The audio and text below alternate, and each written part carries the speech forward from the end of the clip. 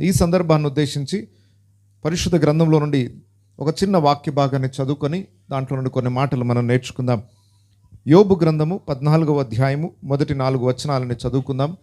పరిశుద్ధ గ్రంథంలో నుండి యోబు గ్రంథము 14వ అధ్యాయము మొదటి 4 వచనాలని చదువుకుందాం. స్త్రీ కనిన నరుడు కొద్ది దినముల వాడై మిక్కిలి బాధ నొందును.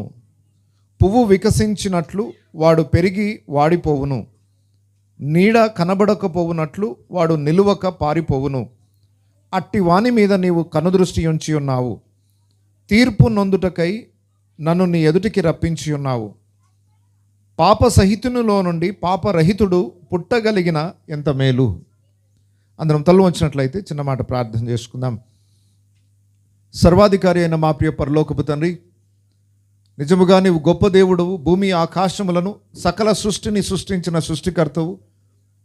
మా కొరకు మానవుడిగా ఈ లోకములో ఉద్భవించి ఈ లోకములో రక్తమాంసములలో పాలివాడివై మానవాళి నిమిత్తము క్రూరమైన శిలువ మరణాన్ని పొంది తిరిగి లేచిన రక్షకుడవు నాయన, ఈ రాత్రి నీ రక్షణ సువార్త నీ గ్రామానికి అందజేస్తూ ఉండగా ప్రతి హృదయాన్ని మంచి నేలగా మీరు సిద్ధపరిచి సువార్త ప్రకటింపబడుతుండగా ప్రతి హృదయము నీ పరిశుద్ధాత్మ చేత తాకబడినట్లుగా కృప దయచేయండి.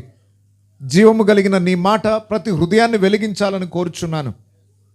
నీ దాసుని బలముగా అభిషేకించి నీ మహిమ కొరకు వాడుకోండి. ప్రతి విధమైన అంధకార శక్తులను యేసు నామములో బంధిస్తున్నాను.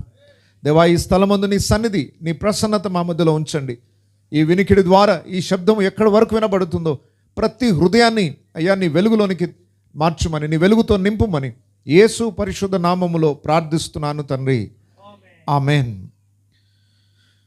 బైబిల్లో చాలామంది జీవిత చరిత్రలు రాయబడ్డాయి. యోబు అనే ఒక గొప్ప భక్తుడున్నాడు. ఆ రోజుల్లో ఆ ప్రాంతంలోనే, ఆ దేశంలోనే గొప్ప ధనవంతుడు అని పిలువబడుతున్న వ్యక్తి. చాలా ఆస్తిపరుడు. ఎన్నో వేల మంది, వందల మంది పనివారు, మందలు, ఆస్తిపాస్తులు. ఆ దేశంలో యోబు పేరు ఎరగని వారు లేరు. సహజంగా ధనవంతులు ఎవరైనా ఉంటే వారి పేరు చెప్పగానే గుర్తుపట్టేస్తారు లోకం. యోబు అలాంటి గొప్ప ధనవంతుడై ఉన్న ఒక భయంకరమైన పరీక్ష అతని జీవితంలో ఎదురైంది. శత్రువైన సాతాను దేవుని దగ్గరికి వెళ్ళి సవాల్ చేశాడు. ఈ యోబు అన్ని ఆశీర్వాదాలు పొందుకుంటున్నాడు కాబట్టే నిన్ను సేవిస్తున్నాడు.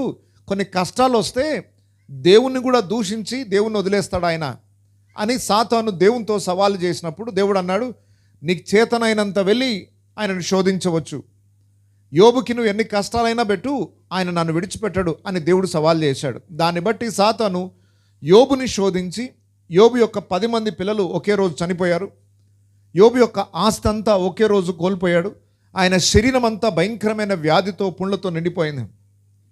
అలాంటి భయంకరమైన స్థితిలో ఉన్న యోబు ఒక అద్భుతమైన విషయాన్ని మన కొరకు తెలియజేస్తున్నాడు. మానవుని జీవితం ఎందుకింత కష్టాలుగా మారిపోయింది? 2 సమస్యలను గురించి చెప్తున్నాడు. మానవుని జీవితంలో ఏ దేశంలోనున్నా, ఏ ప్రాంతంలో ఉన్నా 2 సమస్యలు ఉన్నాయి మనిషికి. మొట్టమొదటిది, నరుని జీవితము. స్త్రీ కనిన నరుడు కొద్ది దినముల వాడై, కించ వయస్సు గలవాడై మిక్కిలి బాధ నొందును. 2 విషయాలు, సమస్యలు ఉన్నాయి మనిషికి. భూమి మీద మానవుని ఆయుష్కాలము కొద్ది కాలమే. అయ్యా, మనకు 80 ఏళ్ళు బ్రతికినా అది కొద్ది కాలమే. భూమి మీద మనిషి ఆయుష్కాలము నీటి బుడగతో పోల్చబడింది, నీడతో పోల్చబడింది, ఆవిరితో పోల్చబడింది. అంతలోనే కనబడి అంతలోనే మాయమైపోతుంది. జీవితము ఎలా గడిచిపోతుందో అందరికీ గుర్తిస్తూనే ఉన్నారు. సంవత్సరం ముగింపుకు వచ్చేసాం, అయ్యో అప్పుడే సంవత్సరం అయిపోయిందా అన్నట్టుంది. పొట్టు గాలికి ఎగిరిపోవునట్లుగా కాలము గతించిపోతుంది. సంవత్సరాలు తరబడుచున్నాయి. మనిషి ఆయుష్కాలం చాలా తక్కువ అనిపిస్తుంది. అయ్యో మొన్ననే చూశాను, ఆయన ఈరోజు లేడు. మనిషి ఆయుష్కాలం చాలా తక్కువగా ఉంది.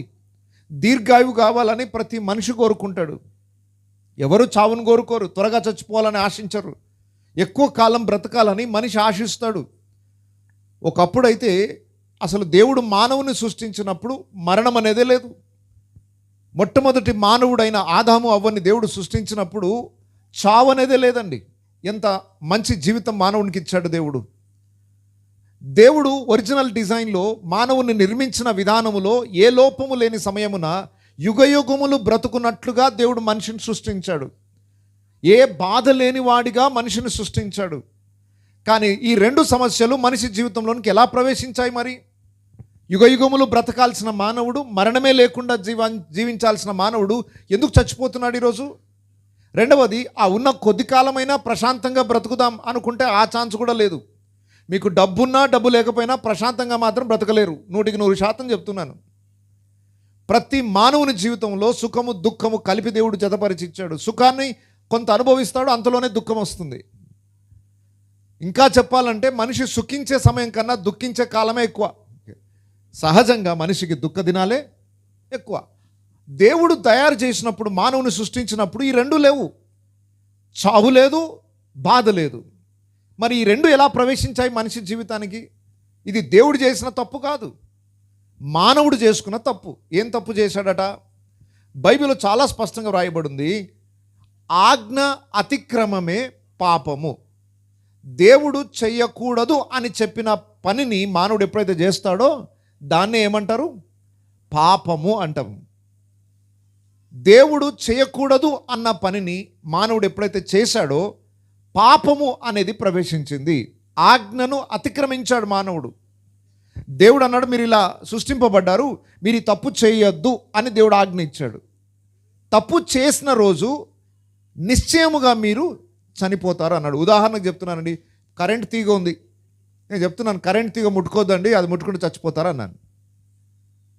వెళ్ళిపోయి కరెంట్ తీగ పట్టుకున్నాడు. ఎవరిది తప్పు చెప్పండి? కరెంట్ వాడిదా తప్పు? మనకి ఇట్లాంటి వెలుగు ఒకప్పుడు లేవు, ఊర్లో దీపాలు కూడా సరిగ్గా లేవు. దేవుడు అద్భుతంగా మంచి జ్ఞానులను ఇచ్చి, మంచి కరెంటుని ఇచ్చి, లైట్లను ఇచ్చాడు. ఊరికి ఇంత గొప్ప వెలుగుని ఈ కరెంట్ ద్వారా మనం పొందుకోగలుగుతున్నాం. ఒక ఆయన వచ్చి, అయ్యా కరెంట్ తీగను పట్టుకోవద్దంటే వెళ్ళిపోయి కరెంట్ తీగ పట్టుకున్నాడు. కరెంట్ తీగ పట్టుకున్నందుకు ఏం జరిగింది? చచ్చిపోయాడు. మనందరికీ తెలుసు, అయ్యా అది కరెంట్ తీగ, దాన్ని ముట్టుకోవద్దు, ముట్టుకుంటే చచ్చిపోతావు అని చెప్పిన తర్వాత కూడా వెళ్ళిపోయి పట్టుకోవడము అది మనిషి యొక్క బుద్ధిహీనత. అదే జరిగింది ఒకప్పుడు. దేవుడు అన్నాడు, నేను చేయొద్దు అన్న పని మీరు చేయొద్దు అన్నాడు. నా మాటకు మీరు లోబడితే బ్రతుకుతారు, నా మాటకి అవిధేయత చూపిస్తే చచ్చిపోతారు. మనిషికి దేవుడు అవకాశాన్ని ఇచ్చాడు. మీరు ఏది నిర్ణయం తీసుకుంటే అది ముట్టుకుంటే చచ్చిపోతారు, ముట్టుకోకపోతే బ్రతుకుతారు. మానవుడు వినలేదు. మంచి మాటలు నచ్చవు ప్రజలకి. చాలామందికి అవకాశం ఉన్నా దాన్ని సద్వినియోగం చేసుకోలేదు. ఊరంతటికి ప్రకటిస్తే కొద్దిమంది వచ్చి కూర్చున్నారు. ఇక్కడ ఇంకేదైనా చేయండి, ఇంకేదన్నా దేవుని గురించి కాకుండా ఇంకేదైనా చేయండి, ఈ స్థలం పట్టజాలనంత విస్తారమైన ప్రజలు నడిపోతారు. మనిషికి మంచి కన్నా చెడు ఎక్కువ కావాలి. దేవుడు పరిశుద్ధుడు, ఆయన మంచిని మాత్రమే ఇచ్చే దేవుడు ఆయన. మానవుడు దేవుని దగ్గర నుండి వచ్చే మంచిని కోరుకోకుండా దేవుడు చేయకూడదన్న పని చేసినందుకు ఏం జరిగింది? ఇప్పుడు మనిషి లోపలికి పాపము ప్రవేశించింది. నష్టాన్ని కొని తెచ్చుకున్నాడు మనిషి. రెండు సమస్యలు కొని తెచ్చుకున్నాడు. ఒకటి, యుగయుగాలు మరణమే లేని జీవితాన్ని పోగొట్టుకున్నాడు మనిషి. పాపము వలన వచ్చు జీతము మరణం. మనిషికి మరణమే లేదు కదా, మరి మరణం ఎలా వచ్చింది? ఇప్పుడు పాపము వలన మరణం. లోపల పాపపు స్వభావం ఉంది. ఈరోజు ప్రతి మనిషి లోపల ఏముందట? పాపము స్వభావం ఉంది. కనుక మనం అందరం చనిపోవడానికి పాత్రలం అయిపోయాం. పాపము వలన వచ్చు జీతము మరణం. మనిషి చేతులారా చేసుకున్న సమస్య. మనిషి ఆయుష్కాలం కుదించబడింది. సరే, ఆ కొద్ది కాలం అంటే ఆరంభంలో ఇంచుమించు 900 సంవత్సరాలు కూడా మనిషి బ్రతికాడండి. బైబిల్ చరిత్ర ప్రకారము 969 సంవత్సరాలు బ్రతికిన ఆయన కూడా ఉన్నాడు. 969 సంవత్సరాలు అంటే ఊహించండి ఒకసారి. 969 సంవత్సరాలు బ్రతికాడు. ఇప్పటివరకు చరిత్రలో ఎక్కువ కాలం బ్రతికిన వ్యక్తి వయసు. అలాంటిది రాను రాను పాపం విస్తరిస్తున్న కొద్ది మనిషి ఆయుష్కాలం ఏమైపోతుందట? తగ్గిపోయింది. ఒక కాలం వచ్చినప్పుడు 120 మందికి 120 సంవత్సరాలకు వయసు పడిపోయింది. 800-900 బ్రతకాల్సిన మానవుడు మెల్లమెల్లగా పాపం ఎక్కువైపోయిన కొద్ది ఏమవుతుంది? ఆయుష్కాలం తరిగిపోతుంది. పాపం ఎక్కువైతుందా తగ్గుతుందా చెప్పండి? ఈరోజు సమాజంలో చెడు అనేది పెరుగుతుందా తగ్గుతుందా? ఎప్పుడైతే చెడు పెరుగుతుందో మనిషి ఆయుష్కాలం తగ్గిపోతూ వస్తుంటుంది. ఒకప్పుడు 800 సంవత్సరాల నుండి ఆయుష్కాలం పడిపోయి ఎంత సంవత్సరాలకు వచ్చేసిందట? తర్వాత 120 సంవత్సరాలకు వచ్చేసింది. ఆ 120 సంవత్సరాల నుండి ఇంకా పడిపోతూ ఇప్పుడు బైబిల్లో మోషే అనే భక్తుని కాలంకి వచ్చేసరికి నరుని ఆయుష్కాలం 70 సంవత్సరాలు, అధిక బలం ఉన్న ఎడల మనిషి ఈరోజు 60 ఏళ్ళు 70 ఏళ్ళు అయితే ఇంకా ఎక్కువ మా అంటే. ఎందుకు ఇలా ఆయుష్కాలం తగ్గిపోతూ వస్తుంది? పాపము విస్తరించడం ద్వారా మనిషి ఆయుష్కాలం తగ్గిపోతుంది. మనం తినే ఆహారంలో అంతా కల్తీ అయిపోయింది. మనం ఎక్కడికి వెళ్ళినా కల్తీ లేని పరిస్థితి లేదు. కాబట్టి పాపం విస్తరించడం ద్వారా మరణం ఇంకా ఎక్కువగా మనిషి జీవితాన్ని పాడు చేస్తూ ఉంది. అయితే మరి దీనికి పరిష్కారం ఏంటి? ఒకటి, మరణము త్వరగా వస్తుంది. రెండవది, ఆ ఉన్న కొద్ది రోజులైనా ప్రశాంతంగా బ్రతుకుదాం. సరే 50 ఏళ్ళు అన్నాడు, 50 ఏళ్ళన్నా ఏ బాధ లేకుండా బతుకుతే ఎంత బాగుండు. సరే త్వరగా పోయినా పర్వాలేదు, కానీ బ్రతికిన 4 రోజులైనా బాధ లేకుండా బ్రతకాలని కదా మనందరి ఆశ. ఏ బాధ లేకుండా ఉంటే ఎంత బాగుండు అనుకుంటాం, కానీ అది సాధ్యం కాదు భూమి మీద. మానవుని భూమి మీద ఆయుష్కాలం కొద్ది దినములు, ఆ ఉన్న కొద్ది దినములు బాధతో కూడినవి. పొద్దున్న లేస్తే ఏదో ఒక సమస్య గురించి ఆలోచించాల్సిందే. అప్పుడే బాధ తీరిపోయింది అనుకునే లోపు ఇంకొక బాధ స్టార్ట్ అవుతుంది. మరి ఇలా ఎంతకాలం అయ్యా, ఉన్న కొద్ది కాలము ప్రశాంతంగా బ్రతకలేకపోతున్నా, దీనికి పరిష్కారం ఏమైనా ఉందా అని యోబు అనే భక్తుడు ప్రశ్న వేసుకుంటున్నాడు అన్నమాట. ఇప్పుడు దయచేసి చాలా జాగ్రత్తగా వినండి. ఇది మనందరికీ జీవితంలో వచ్చే ప్రశ్న.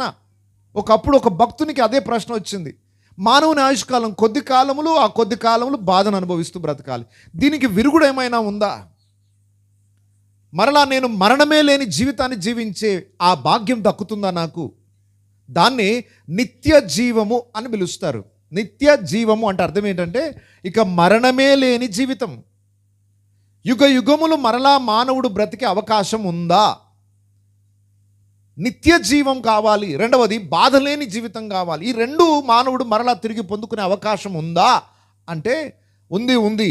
ఎప్పుడు అంటే ఒక ప్రత్యేకమైన కార్యం జరిగినప్పుడే సాధ్యం. చాలా జాగ్రత్తగా వినండి ఈ మాటని. దీనికి పరిష్కారం ఉంది. మానవుడు మరలా మరణమే లేని జీవితాన్ని, దాన్నే నిత్య జీవం అని పిలుస్తారు. నిత్య జీవమును, ఏ బాధ లేని జీవితాన్ని మానవుడు పొందుకునే అవకాశం ఉందా? సాధ్యమేనా అంటే సాధ్యమే. ఎప్పుడు సాధ్యమవుతుంది అని అంటే ఒక ప్రత్యేకమైన సంఘటన జరిగినప్పుడు. అది 4వ వచనంలో రాయబడింది. యోబు గ్రంథము 14వ అధ్యాయము 4వ వచనంలో, పాప సహితునిలో నుండి పాపరహితుడు పుట్టగలిగిన ఎంత మేలు. సరే, 2 పదాలు ఉన్నాయి ఇక్కడ. పాప సహితునిలో నుండి పాపరహితుడు పుట్టగలిగిన ఎంత మేలు. పాప సహితుడు అంటే అర్థం ఏంటనంటే పాపము కలిగిన వ్యక్తి. భూమి మీద ఉన్న ప్రతి మానవుడి లోపల ఏముందట? పాపం ఉంది. ఇక్కడున్న వాళ్ళలో పాపం లేనివాడు ఎవరైనా ఉంటే చేయి పైకెత్తండి. నాలో ఏ తప్పు లేదన్నవాడు ఉన్నారా? మీ ఊర్లో ఉన్నారా? పోనీ మొత్తం రాష్ట్రంలో ఎవరైనా దొరకొచ్చు అంటారా? దేశంలో, ప్రపంచంలో వెతికినా దొరకరు మీకు. ఈ భూమి మీద ఏ పాపము చేయనివాడు ఒక్కడు కూడా లేడు. ఏ చిన్న అబద్ధం చెప్పకుండా, కుళ్ళు కుతంత్రం లేకుండా, ఎదుటివానికి హాని కలగజేయకుండా, నష్టం చేయకుండా ఒక్కడన్నా ఉన్నాడా భూమి మీద? మీరు ఎప్పుడైనా ప్రశ్నించుకున్నారా? ఎందుకయ్యా ఒక్కడు కూడా తప్పు చేయకుండా బ్రతకలేకపోతున్నాడు? కారణం ఏంటి? ఒక్కడు కూడా పరిశుద్ధంగా బ్రతకలేకపోతున్నాడు, తప్పు చేయకుండా బ్రతకలేకపోతున్నాడు. ఎందుకు? ఇన్ని కోట్ల మంది ప్రజలలో ఒక్క మానవుడు కూడా తప్పు చేయకుండా బ్రతికే మానవుడు లేడు. కారణం ఏంటి అనంటే మొట్టమొదటి మానవుడు చేసిన పాపం యొక్క స్వభావం అందరి శరీరాలలో పనిచేస్తూనే ఉంది. పుట్టిన చిన్న బిడ్డ లోపల కూడా పాపపు స్వభావం ఉంటుంది. మీరు చిన్నపిల్లల్ని చూడండి, వాడు అక్కడ ఏం చేస్తున్నా చూడండి, మీకు అర్థమైపోతుంది. పక్కన నుండి గెలుతూనే ఉంటాడు, కొడుతూనే ఉంటాడు, వెనక నుండి చూస్తుంటాడు. వాడు చేసి అల్లరి పనులు ఎవరు నేర్పించారు? అవన్నీ ఎవరు నేర్పించారు? ఓకే, వాళ్ళకి ఎవరు నేర్పించాల్సిన అవసరం లేదు, స్వాభావికంగానే. ఒరే ఆ డబ్బాలో స్వీట్ ఎవరు తీశారా అంటే అప్పుడే తింటాడు, నాకు తెలియదు మమ్మీ అంటాడు. అబద్ధం చెప్పమని ఎవరు నేర్పించారు వాడికి? ఓకే, వాడు చేసింది అబద్ధము, వాడు చేసింది తప్పు, కానీ అబద్ధము చెప్పడం ఎలా నేర్పించారు? 2-3 ఏళ్ళు మాటలు వస్తే చాలు అబద్ధాలు వచ్చేస్తాయి వాళ్ళకి. చెడు అనేది మనిషి శరీరంలోని స్వభావం అయిపోయింది. ప్రతి మానవుని లోపల పాపం ఉంది. నేను ఇప్పుడు అడిగిన ప్రశ్నకు మీరు అందరూ సమాధానం చెప్పారు. భూమి మీద ఒక్క మానవుడు కూడా పాపం లేనివాడు లేడు. అయితే ఈ భక్తుడు అంటున్నాడు, పాపము కలిగిన వ్యక్తిలో నుండి పాపము లేని వ్యక్తి పుడితే ఎంత బాగుండు అంటున్నాడు. బాగా జాగ్రత్తగా వినండి. మనిషి నిత్యము జీవించాలన్నా, బాధ లేని ఉన్నతమైన జీవితం మనిషికి కావాలన్నా ఒక ఆయన పుట్టాలి, ఒక వ్యక్తి జన్మించాలి. ఆ వ్యక్తి ద్వారానే ఈ సమస్యకి పరిష్కారం. ఎవరా వ్యక్తి? ఎలా పుట్టినవాడై ఉండాలి? పాపము కలిగిన వ్యక్తిలో నుండి పాపము లేనివాడు పుట్టగలిగిన ఎంత మేలు. అందరూ పాపులే, మరి ఒక పరిశుద్ధుడు పుట్టాలి. ఆ పరిశుద్ధుడు ఎవరికి జన్మించిన వ్యక్తి అయి ఉండాలి? ఈ పాపపు మనిషికే పుట్టిన వ్యక్తి అయి ఉండాలి. కానీ ఆయనలో పాపం ఉండొద్దు. అలాంటి వ్యక్తి పుడితేనే మనిషికున్న సమస్యకి పరిష్కారం జరుగుతుంది. మళ్ళా చూడండి, పాప సహితునిలో నుండి, అంటే పాపము కలిగిన వ్యక్తిలో నుండి పాపరహితుడు, అంటే పాపము లేనివాడు పుట్టగలిగిన ఎంత మేలు. అలా సాధ్యం కాదు, కానీ అలా పుడితే ఎంత బాగుండు అంటున్నాడు. ఎందుకయ్యా అలా పుడితే నీకేం లాభం అంటే, మనిషి నిత్య జీవాన్ని పొందుకుంటాడు, బాధ లేని ప్రపంచంలోనికి అడుగు పెడతాడు. అది ఎలా సాధ్యమవుతుంది అంటే, ఇప్పుడు చెప్తున్నాను వినండి.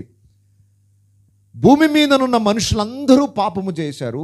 అందరి పాపమునకు ప్రాయశ్చిత్తం జరగాలి అని అంటే ఒక పరిశుద్ధుడు బలి కావాలి. ఒక పరిశుద్ధుడు వారందరి పక్షమున ప్రాణాన్ని అర్పించడానికి సిద్ధం కావాలి. భూమి మీద ఉన్న మనుషులందరూ పాపులే అయితే మనుషులందరి కొరకు బలి ఇవ్వడానికి పరిశుద్ధులైన వ్యక్తి ఎవరు పుట్టలేదు ఇప్పటి వరకు. అందుకొరకు సృష్టికర్త అయిన దేవుడు ఒక నిర్ణయం చేసుకున్నాడు. భూమి మీద తాను కూడా ఒక మానవుడిగా జన్మించాలనుకున్నాడు. అయితే పాపము లేనివాడిగా పుట్టాలనుకున్నాడు ఆయన. అందరి లోపల పాపపు స్వభావం వస్తుందండి. పాపము లేని శిశువుగా పుట్టాలి ఆయన ఈ లోకంలో. అందుకొరకే యేసు ప్రభు కన్యక గర్భమందు జన్మించాడని బైబిల్ చెబుతుంది. మొట్టమొదటి మానవుడైన ఆదాములోని పాపము ఏది కూడా యేసు ప్రభులో ఏమాత్రము లేకుండా ఒక పరిశుద్ధుడైన బాలుడుగా యేసు ప్రభు ఒక కన్యక గర్భమందు అద్భుత రీతిగా, ఇది అసాధ్యం. ప్రకృతి పరంగా చూస్తే ఇది సాధ్యమయ్యే పని కాదు. దేవుడు ఆశ్చర్య కార్యములు చేయువాడు గనుక, భూమి మీద ఉన్న మనుషుల యొక్క సమస్యని పరిష్కరించాలనుకున్నాడు గనుక ఒక అద్భుతాన్ని చేశాడు. ఏంటి అద్భుతం అంటే, క్రీస్తుకు పూర్వము 700 సంవత్సరాలప్పుడే యెషయా అనే ఒక ప్రవక్త నోట పలికించాడు, ఇదిగో నేను భూమి మీద ఒక రక్షకుని పుట్టించబోతున్నాను. ఆయన రక్షకుడని మాకు ఎట్లా తెలుస్తుందయ్యా? వేల మంది కోట్ల మంది పుడుతూనే ఉంటారు, చస్తూనే ఉంటారు. రక్షకుడు పుట్టాడని మాకు ఎట్లా తెలుస్తుంది? ఇగో ఇదే మీకు ఒక సూచన. ఏంటంటే, కన్యక గర్భవతి అయి కుమారుని కనును. క్రీస్తుకు పూర్వము 700 సంవత్సరాలప్పుడే యెషయా అనే ఒక ప్రవక్త నోట దేవుడు పలికించాడు, ఇదిగో భూమి మీదకి ఒక రక్షకుని పంపబోతున్నాను.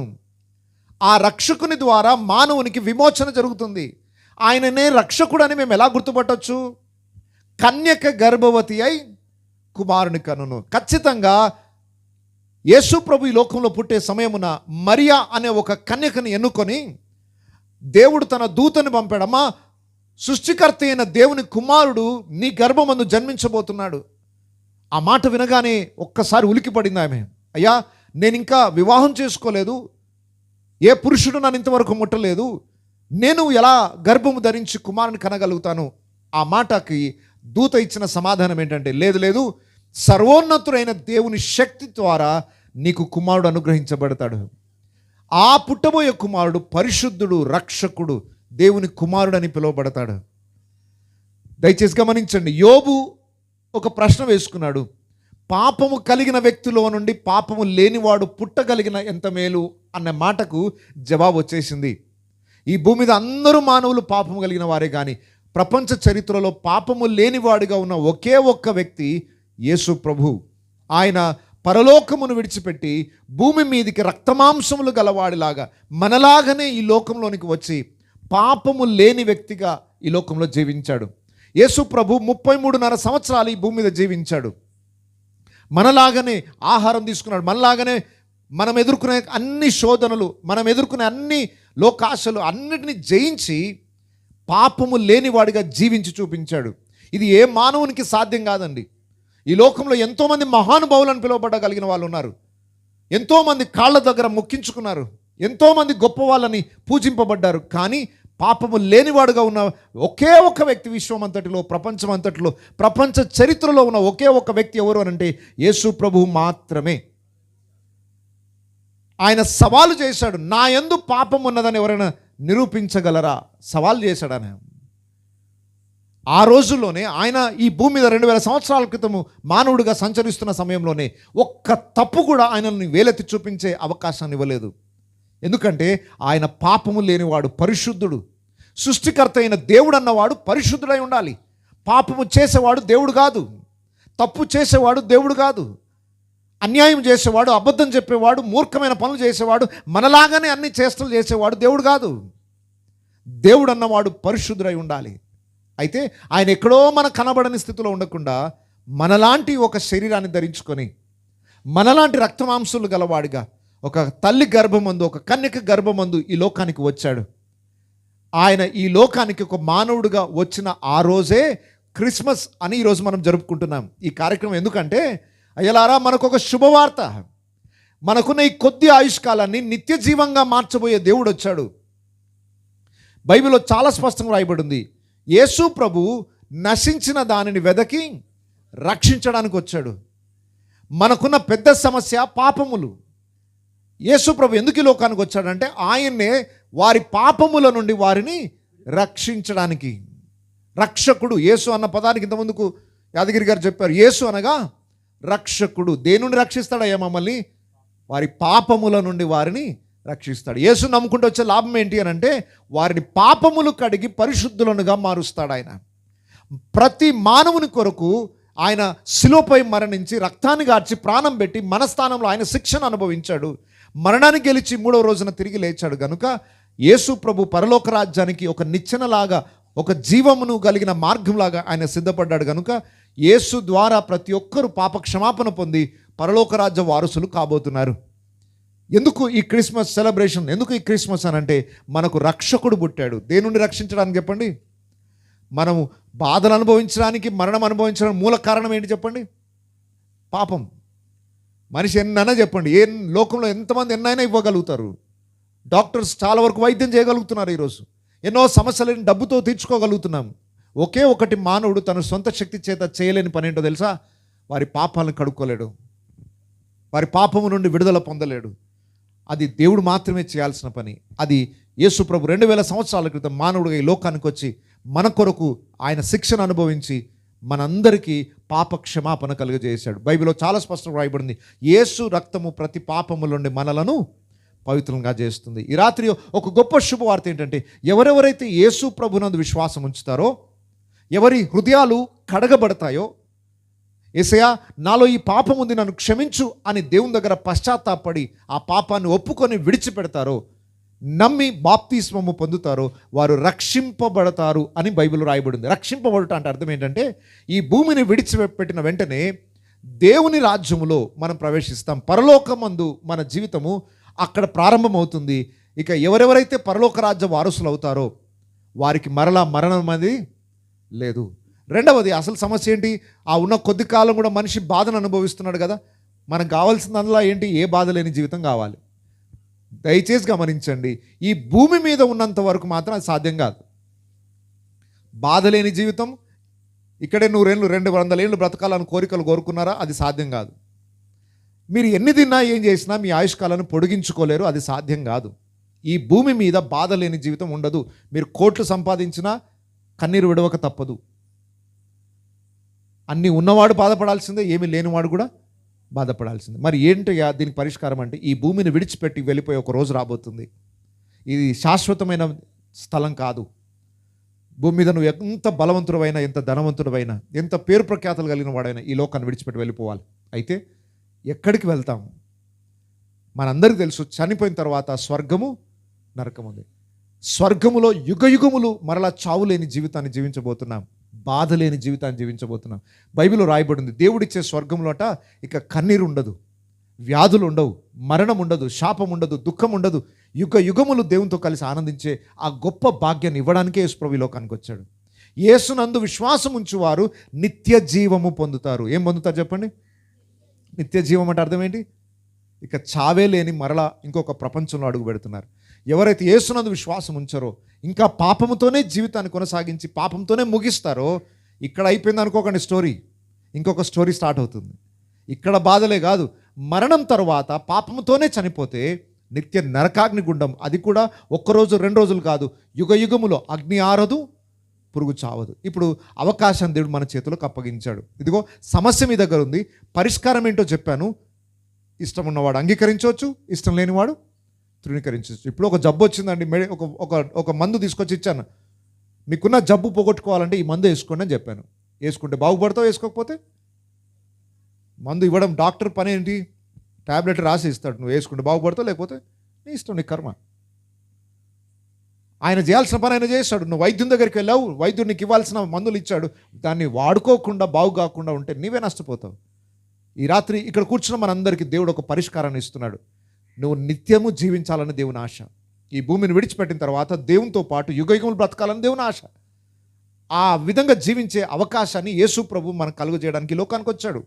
రెండవది, బాధ లేని జీవితం కావాలి అందరికీ. ఒక మాట గుర్తుపెట్టుకోండి, మీరు యేసు ప్రభు నమ్మినా కూడా భూమి మీద కొంతకాలం బాధను అనుభవించాల్సిందే. యేసుని నమ్ముకుంటే ఏ బాధ ఉండదని కాదు నేను చెప్పేది. ఇక్కడ ఈ భూమి మీద ఈ మట్టి శరీరంలో ఉన్నంత వరకు యేసుని నమ్మిన వాడు కూడా బాధను అనుభవించాల్సిందే. అయితే ఇది కొద్ది కాలమే. ఈ లోకాన్ని విడిచిపెట్టిన తర్వాత కన్నీరు లేని అద్భుతమైన ప్రపంచంలో మనం అడుగు పెట్టబోతున్నాం.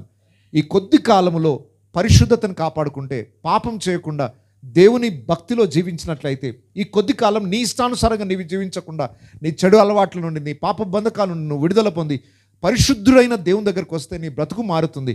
నీ క్రొత్త జీవితాన్ని ఇస్తాడు. ఆ నిత్య జీవానికి ఎలా వెళ్ళాలో, వెళ్ళే విధంగా నీ జీవితాన్ని ఎలా కట్టుకోవాలో ఈ పరిశుద్ధ గ్రంథం నేర్పిస్తుంది. ఈ గ్రంథంలోని మాటలే మనిషి జీవితాన్ని బాగు చేస్తాయి.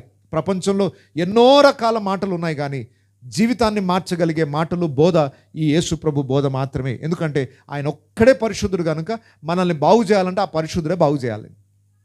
చెప్పండి, ఇప్పుడు మనం బాగు చేయాలంటే బాగున్నవాడే బాగు చేయగలుగుతాడు, కానీ చెడిపోయినవాడు మనల్ని బాగు చేయగలుగుతాడు?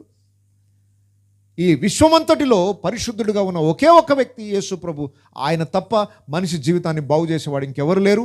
యేసునందు విశ్వాసం ఉంచండి, పాప క్షమాపణ పొందండి. ఈ రాత్రి చనిపోయిన నిత్య జీవంలో మరలా మరణమే లేని ఒక అద్భుతమైన ప్రపంచము, మరలా నరకము అని అనుభవించకుండా దేవునితో పాటు ఆనందంగా బ్రతకాలన్న ఉద్దేశంతోనే సృష్టికర్త అయిన దేవుడు మానవుడిగా ఈ లోకానికి వచ్చి ఆయన ఎవరో ఈ లోకానికి కనుపరుచుకున్నాడు. ఆయన ప్రేమను చూపించాడు, ఆయన బోధ చేశాడు, ఎలా మానవుడు జీవించాలో నేర్పించాడు. మనందరి కొరకు మన శిక్షణ ఆయన భరించాడు. కనుక ఈ రాత్రి యేసు ప్రభుకి మీ హృదయంలో చోటునిచ్చినట్లయితే, ఆయన మీ గొప్ప పండుగగా, నిజమైన పండుగ ఆయన భూమి మీదకి రావడం మాత్రమే కాదు, నీ హృదయంలో అడుగు పెడితే నీ జీవితంలో ఉన్న ఆ రెండు సమస్యలని ఆయన పరిష్కరించగలిగితే నీ జీవితం ఈ రాత్రి ధన్యమవుతుంది. ఈ రాత్రి ఇక్కడ కూర్చున్న వారిలో ఇంకా ఎవరైనా యేసునందు విశ్వాసం ఉంచకపోతే, రక్షకుడైన యేసుని మీ హృదయంలోనికి ఆహ్వానించకపోతే, ఈరోజు దేవుడు ఒక గొప్ప అవకాశం ఇస్తున్నాడండి. ఈ అవకాశాన్ని మీరు తృణీకరించవచ్చు, అంగీకరించవచ్చు, బలవంతం ఏం లేదు. దేవుడిచ్చిన ఈ గొప్ప భాగ్యాన్ని స్వీకరించి ఈ రాత్రి మీ హృదయాలు దేవునికి అర్పిస్తే ఈ రెండు సమస్యల నుండి మీకు విడుదలను ఇస్తాడు. నిత్య జీవము, బాధ లేని ప్రపంచము ఎవరి ద్వారా వస్తుంది? ఎలా జన్మించిన వాడి ద్వారా? పాప సహితునిలో నుండి పాపరహితుడు పుట్టగలిగిన ఎంత మేలు. ఏం మేలయ్యా అంటే మమ్మల్ని ఆ సమస్యల నుండి విడిపిస్తాడు ఆయన మాత్రమే. అలా పుట్టినవాడు మాత్రమే. ఎవరు అలా పుడతారని చెప్పింది బైబిల్? సృష్టికర్త అయిన దేవుడు మానవుడు అలా పుట్టబోతున్నాడు కనుక ఆయన యందు విశ్వాసం ఉంచిన వాడు రక్షింపబడును. యేసునందు విశ్వాసం ఉంచండి, పాప క్షమాపణ పొందండి, నిత్య జీవాన్ని సంపాదించుకోండి. అందరం తల్లు వంచుదాం, కళ్ళు మూసుకుందాం. అందరం కూడా తల్లు వంచి కళ్ళు మూసుకుందాం. ఈ రాత్రి దయచేసి నువ్వు పాపంలో ఉన్నావని ఒకవేళ గుర్తించినట్లయితే, ఈ పాపంతోనే చనిపోతే నిత్య నాశనానికి వెళ్తావు. నీ జీవితాన్ని బాగు చేసి కొత్త ప్రపంచంలో దేవుడు నిన్ను అడుగు పెట్టాలని, పరలోక రాజ్యానికి నిన్ను వారసునిగా చేయాలని, నీ బ్రతుకుని మార్చి కొత్త జీవితాన్ని ఇవ్వాలని యేసు ప్రభు ఆశిస్తున్నాడు. ఆయన ఒక్కడే ఈ పని చేయగలడు. మానవ జీవితాన్ని మార్చి పరిశుద్ధపరిచి మంచి వ్యక్తిగా తీర్చిదిద్దగలిగిన సామర్థ్యం పరిశుద్ధులైన యేసుక్రీస్తుకు మాత్రమే ఉంది. కనుక ఈ రాత్రి నీ హృదయంలో ఆయనకు చోటునిస్తే నీ పాపపు బ్రతుకుని మార్చి క్రొత్త జీవితాన్ని ఇవ్వడానికి ఆయన సిద్ధంగా ఉన్నాడు.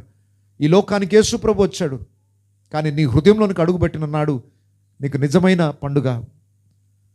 ఈ లోకంలో ఎన్నో పండుగలను ఆచరిస్తున్నారు, కానీ బ్రతుకుని మార్చుకోవడమే గొప్ప పండుగ. మన పాపమును విడిచిపెట్టి పరిశుద్ధంగా బ్రతకడం ఎంత ఆనందభరితమైన జీవితమో. ఎన్ని లోకంలో బాధలు కష్టాలున్న దేవుని కలిగి ఉన్న జీవితం ఎంత ఆనందభరితమైనదో అది నువ్వు అనుభవించాలని రాత్రి దేవుడు కోరుతున్నాడు. కనుక కొన్ని నిమిషాలు దయచేసి ఇక్కడ కూర్చున్న వాళ్ళు, ఒకవేళ దేవుడు మీతో మాట్లాడినట్టు అనిపిస్తే మీ హృదయాలు దేవునికి అర్పించండి. యేసయ్యా, నా పాపములను క్షమించి నా హృదయాన్ని పవిత్రపరిచి నాలో నివసించిన ఆయన ఒక చిన్న మనసులో ప్రార్థన చేసుకుంటే ఈ రాత్రి మీరు రక్షింపబడతారు, నిత్య జీవానికి వారసులు అవుతారు, బాధలేని ప్రపంచంలో అడుగు పెట్టగలుగుతారు. అట్టి భాగ్యాన్ని ఇవ్వడానికి యేసు ప్రభు ఈ లోకానికి వచ్చాడు, రక్షించడానికి వచ్చాడు. రక్షకుడు ఆయన. ఆ రక్షకుని నీ హృదయంలోనికి ఆహ్వానిస్తావా? నీ హృదయాన్ని తెరిచి ఆయన నీ హృదయంలోనికి ఆహ్వానిస్తే ఈరోజు దేవుని గొప్ప రక్షణ ఆనందాన్ని ఆయన నీ హృదయంలో నింపబోతున్నాడు. ప్రార్థన చేసుకుందాం. సర్వాధికారి అయిన మా ప్రియ పరలోకపు తండ్రి, ఈ రాత్రి ఈ గ్రామ ప్రజలు నీ సత్య సువార్తని విన్నారు నాయన. నువ్వు ఎవరు, ఈ లోకానికి ఎందుకు వచ్చావు, నువ్వు రావడం ద్వారా మానవాళికి వచ్చే లాభం ఏంటి, ఆ మేలేంటి స్పష్టంగా అర్థమయ్యే రీతిలో ఈ ప్రజలు ఈరోజు విన్నారు. ప్రభువా, వారి మనోనేత్రాలు వెలిగించండి, వారి హృదయాలను తెరవండి. నీ సత్య సువార్త వారి హృదయాలలో విత్తబడేది నూరంతలుగా ఫలించినట్లు కృప దయచేయండి. ఈ గ్రామ ప్రజలు రక్షింపబడి నీ దీవెన పొందుకోవాలని, ప్రతి కుటుంబంలో ఉన్న సమస్య నుండి వారు విడుదల పొంది శాంతి, సమాధానమును, ఆరోగ్యాన్ని, క్షేమాన్ని అనుభవించాలని ఆశిస్తున్నాం నాయన. నీ వెలుగుతో ఈ గ్రామాన్ని నింపండి. ప్రతి విధమైన అంధకార క్రియలను లయపరచండి. నీ చిత్తము నీ గ్రామంలో నెరవేర్చండి. ప్రత్యేకంగా ఇంత ప్రయాసపడి ఏర్పాటు చేసిన ఏలియా గారిని, వారి కుటుంబాన్ని, సంఘాన్ని అయ్యా మీరు దీవించండి నాయన. వారి ప్రయాసానికి తగిన ప్రతిఫలాన్ని దయచేసి వారి యొక్క హృదయంలోనున్న ఆ యొక్క భారాన్ని బట్టి ప్రభువా ఈ గ్రామాన్ని గొప్ప అద్భుతమైన ఆశీర్వాదకరమైన గ్రామముగా మార్చమని, ఇక్కడికి వచ్చిన ప్రతి బిడను నీ కృపలో భద్రపరిచి వారి వారి సమస్య నుండి వారికి విడుదలనిచ్చి నీ దీవెన దయచేయమని, మంచి వాతావరణాన్ని, అనుకూలమైన పరిస్థితులను ఇచ్చినందుకు వందనాలు చెల్లిస్తూ యేసు పరిశుద్ధ నామములో ప్రార్థిస్తున్నాను తండ్రి. Amen, amen.